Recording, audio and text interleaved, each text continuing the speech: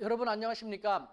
이번에는 좀 약간 좀 너무 속상한 그런 노파심이었으면 좋겠습니다만 이야기를 할까 합니다. 먼저 이번부터 제 목소리가 이제는 마이크 문제 전혀 없이 잘 될 겁니다. 우리 제 유튜브 채널 구독자 중에 추진호 선생님께서 이 마이크를 후원해 주셨습니다. 마이크 잘 나오는 거 2개를 후원해 줘갖고 마이크 문제는 해결됐다라는 그런 생각이 듭니다. 감사합니다. 추진호님. 자, 오늘의 본론으로 들어가면요. 최근에 여론조사, 쿠키뉴스가 의뢰해서 한길 리서치라는 곳에서 여론조사한 결과 차기 대선 후보 지지도 조사에서 1위가 윤석열 검찰총장이 되었다고 합니다. 자, 이것이 너무 기가 막힌 겁니다. 중국과 미국, 일본과 비교해서 그들 사람들이 한국의 이와 같은 모습을 보면서 한국 정말 괜찮아 라는 우려의 목소리도 있고요. 한편으로는요.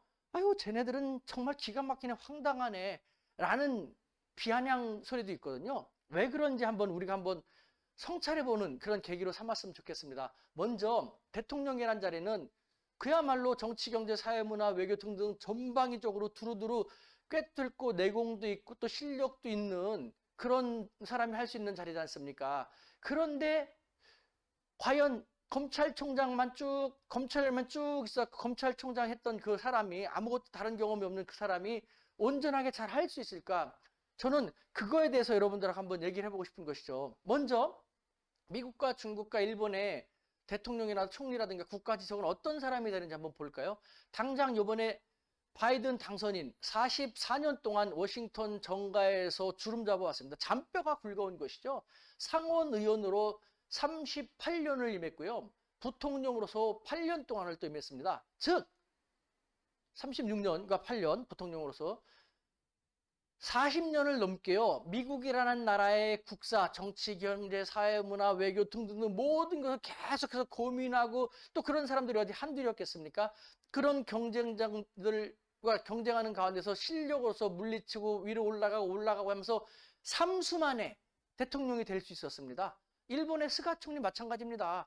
일본의 스가 총리 중의원 의원으로서요. 그리고 몇 개 부처의 내각의 장관도 역임을 하면서 일본이라는 나라의 안팎에 대해서 수십 년 동안 바라보고 논의를 하고 또 그 실력을 검증받고 음해도 물리치면서 이 중의원 의원을 수십 년 동안 한 다음에 결국 수상이 될 수 있었습니다. 자, 우리가 많이 무시하는 중국의 국가주석은 어떤 사람이 될까요? 지금 시진핑 주석뿐만 아니라 전임 주석들도 마찬가지입니다. 중국에서는요, 최고 지도자가 되는 과정은 가장 가혹합니다. 미국이나 일본보다 더한데요. 사람이 워낙 많지 않습니까? 일반적으로 저 시골에 있는 조그만 자치단체에서 조그만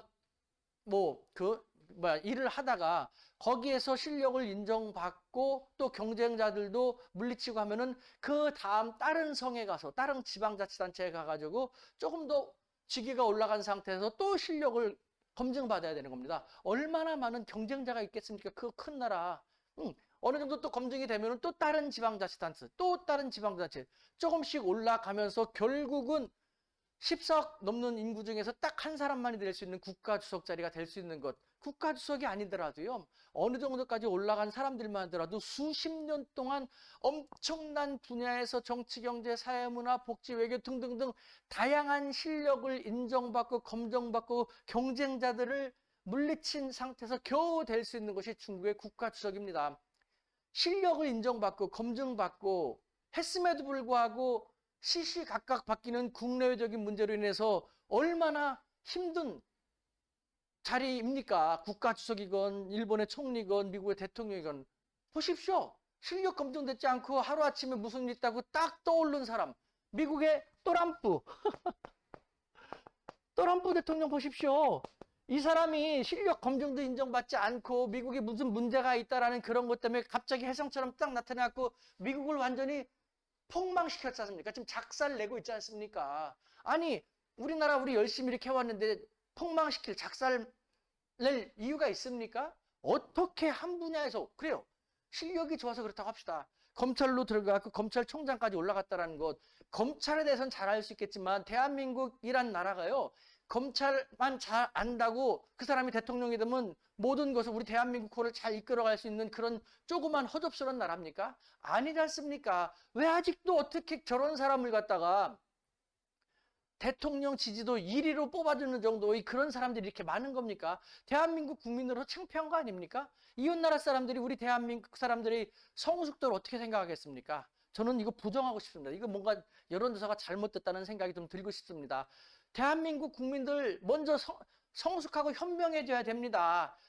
대한민국 대통령 자리 그런 호락호락한 자리가 아닌데 호락호락하고 허접한 사람을 어떻게 지지도 1위로 그렇게 만들어내고 있습니까? 그 자체만으로도 국제사회에서 비웃음과 조롱을 사고 있지 않습니까? 이래서는 되겠습니까? 우리 똑바로 좀 했으면 좋겠습니다. 대한민국 파이팅입니다.